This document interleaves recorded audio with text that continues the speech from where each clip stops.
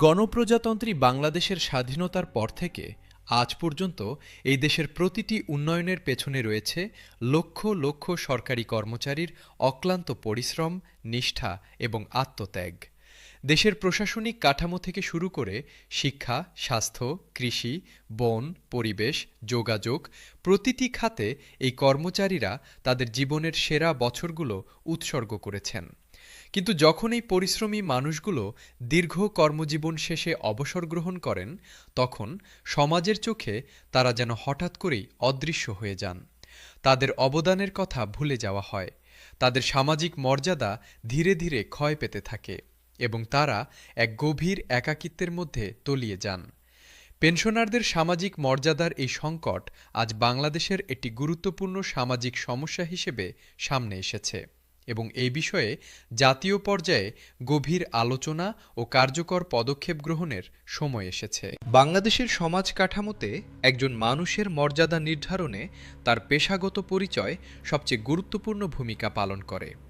যতদিন একজন সরকারি কর্মচারী সক্রিয় চাকরিতে থাকেন, ততদিন সমাজে তার একটি সুনির্দিষ্ট মর্যাদা থাকে। মানুষ তাকে সম্মান করে, তার পরামর্শ চায়, তার সিদ্ধান্তকে গুরুত্ব দেয় এবং বিভিন্ন সামাজিক ও পারিবারিক অনুষ্ঠানে তাকে বিশেষ মর্যাদা দেওয়া হয়।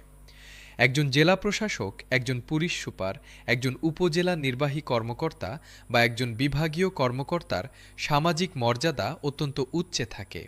কিন্তু অবসর গ্রহণের পর এই চিত্র আমূলে পরিবর্তন হয়ে যায়। যে মানুষটি কাল পর্যন্ত একটি বিশাল প্রশাসনিক এলাকার দায়িত্বে ছিলেন, আজ তিনি পরিচিত হন কেবল একজন পেনশনভোগী হিসেবে। এই পরিচয়ের পরিবর্তন অনেক সময় অত্যন্ত বেদনাদায়ক হয়ে ওঠে। কুমিল্লার একজন অবসরপ্রাপ্ত অতিরিক্ত জেলা প্রশাসক এই অনুভূতির কথা তুলে ধরতে গিয়ে বলেছেন, চাকরির শেষ দিন পর্যন্ত তার অফিসে শত শত মানুষ আসতেন। কেউ আসতেন সমস্যা নিয়ে, কেউ আসতেন পরামর্শ চাইতে, কেউ আসতেন কাজের জন্য। সেই ব্যস্ত জীবনের পর হঠাৎ একদিন সব শেষ হয়ে যায়। পরদিন থেকে ফোন আর বাজে না, মানুষ আর আসে না এবং সমাজে তার প্রয়োজনীয়তাও যেন শেষ হয়ে যায়। নওগাঁর একজন অবসরপ্রাপ্ত উপজেলা নির্বাহী কর্মকর্তা বলেছেন, স্থানীয় বিভিন্ন অনুষ্ঠানে আগে তাকে প্রধান অতিথি হিসেবে ডাকা হতো, এখন সেই ডাক আর আসে না। একই এলাকায় থাকেন, একই মানুষের সাথে পরিচয় আছে, কিন্তু মর্যাদার পার্থক্যটা স্পষ্টভাবে অনুভব করা যায়। পাবনার একজন অবসরপ্রাপ্ত জেলা শিক্ষা কর্মকর্তা বলেছেন, শিক্ষা বিভাগে কাজ করার সময় তাকে সবাই স্যার বলে ডাকত। অবসরের পর সেই সম্মানসূচক সম্বোধন অনেকটাই কমে গেছে। বয়স্ক মানুষ হিসেবে হয়তো সম্মান পান, কিন্তু পেশাগত মর্যাদার যে সম্মান ছিল সেটা আর নেই। এই মর্যাদার সংকট কেবল সামাজিক পরিচিতির মধ্যে সীমাবদ্ধ নয়, এটি পেনশনারদের মানসিক স্বাস্থ্যের ওপরও গভীর প্রভাব ফেলে। মনোচিকিৎসকরা বলছেন, অবসর গ্রহণের পর পরিচয় সংকট বা আইডেন্টিটি ক্রাইসিস একটি অত্যন্ত সাধারণ ঘটনা। দীর্ঘ কর্মজীবনে একজন মানুষ নিজেকে চেনেন তার পেশাগত পরিচয়ের মাধ্যমে।